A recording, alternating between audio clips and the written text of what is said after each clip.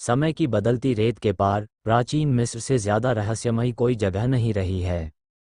ये रेगिस्तानी प्रकाश स्तंभ अपने अनसुलझे रहस्यों, सिद्धांतों और ईश्वरीय फिरौन के कारण लाखों लोगों को आकर्षित करता रहता है। लेकिन शायद मिस्र की स्थायी लोकप्रियता का सबसे बड़ा कारण एक सिद्धांत है जो इस रहस्यमय भूमि के स्मारकों की आयु को इतिहास में इतना पीछे रखता है कि मिस्र विज्ञान की व्याख्याएं अपुष्ट लगती हैं। इस अति प्राचीन उत्पत्ति ने कई लोगों को यह अनुमान लगाने के लिए प्रेरित किया है कि जिन लोगों ने इन भौतिक संरचनाओं का निर्माण किया था, वे इंजीनियरिंग के इतने उन्नत स्तर में सक्षम थे जिसमें उन्होंने जीवन के गणितीय सिद्धांतों को ही एनकोड किया था। प्राचीन मिस्र के स्मारकों के वास्तुकार अपने अनुपात, माप, कोण और समीकरणों में आधुनिक पुरातत्वविदों की तुलना में कहीं अधिक उद्देश्यपूर्ण थे। इस बात की भी स्पष्ट संभावना है कि इन वास्तुकारों ने पृथ्वी से ही प्राकृतिक रूप से बिजली प्राप्त करने का तरीका खोज लिया था। आइए जानें कि ब्रह्मांड का गणितीय कोड क्या है। हालांकि पुरातत्ववेत्ता लंबे समय से मिस्र के पिरामिडों के निर्माण और भव्यता से मोहित रहे हैं, लेकिन सबसे बड़ा रहस्य शायद इस बात से संबंधित नहीं है कि इन संरचनाओं को किस प्रकार डिजाइन और तैयार किया गया था, बल्कि यह है कि किस प्रकार इन्हें विद्युत शक्ति उत्पन्न करने के लिए शक्तिशाली उपकरणों के रूप में उपयोग किया जाता था।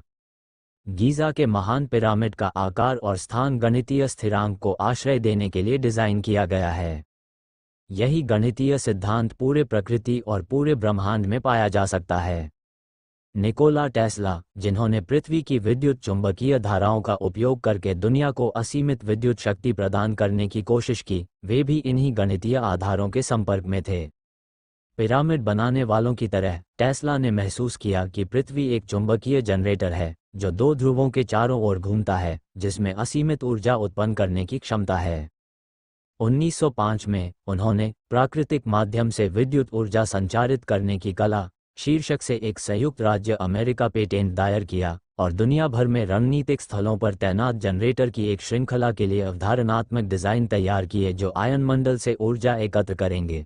अपने दो ध्रुवों के साथ टेस्ला ने पृथ्वी को असीम ऊर्जा के एक विशाल विद्युत जनरेटर के रूप में देखा और पिरामिड के डिजाइन के आधार पर जनरेटर डिजाइन किए।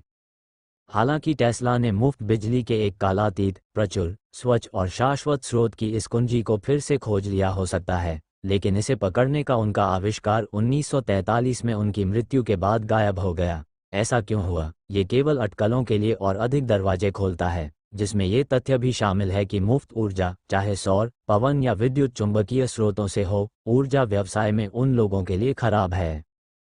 इससे भी अधिक आश्चर्यजनक बात यह है कि प्रारंभिक वास्तुकारों ने एक जटिल विद्युत जनरेटर के निर्माण के लिए गणितीय समीकरणों का प्रयोग किया था।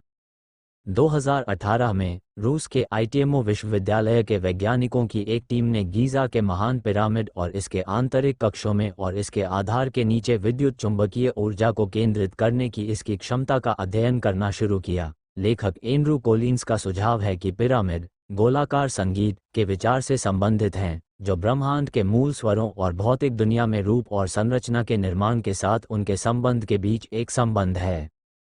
इस संबंध को बेहतर बनाने और उसे बेहतर बनाने के लिए प्राचीन इंजीनियरों को पिरामिडों के निर्माण में कुछ अनुपातों पर विचार करना पड़ता था, साथ ही परिदृश्य की ज्यामिति पर भी ध्यान देना पड़ता था, ताकि विशिष्ट संगीत अंतरालों को सटीक रूप से दर्शाया जा सके।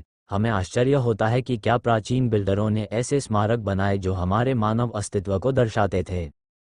कुछ आधुनिक विचारकों ने इस संभावना की ओर संकेत किया है कि संभवतः मिस्र का गणितीय कोड वही है जिसका उपयोग टेस्ला ने पृथ्वी के साथ सामंजस्य स्थापित करने वाले असीमित ऊर्जा स्रोत को खोजने के लिए किया था।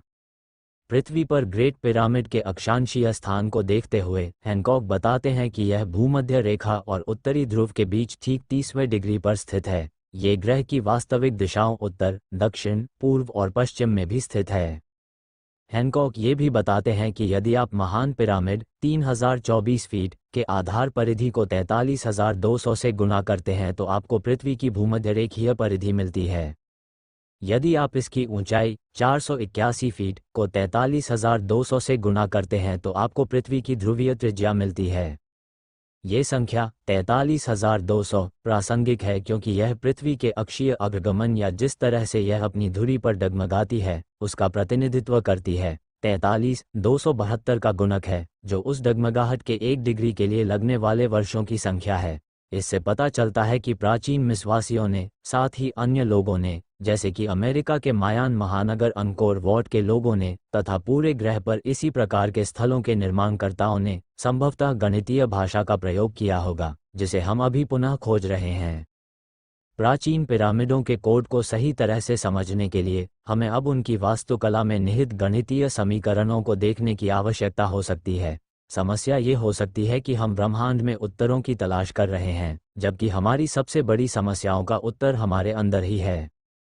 हैनकॉक ने लंबे समय से तर्क दिया है कि पिरामिड की अवधारणा का संबंध मानव चेतना के परिवर्तन से है। उन्होंने कहा कि पिरामिड चाहे जो भी हो, यह निश्चित रूप से एक ऐसा उपकरण है जो मानव चेतना पर काम करता है। पिरामिड का निर्माण समय की कसौटी पर खरा उतरने के लिए पर्याप्त शक्तिशाली और मजबूत है। ये सुनिश्चित करता है कि मानवता के पास हमेशा ब्रह्मांड के कोड हों। पूरी वीडियो देखने के लिए धन्यवाद।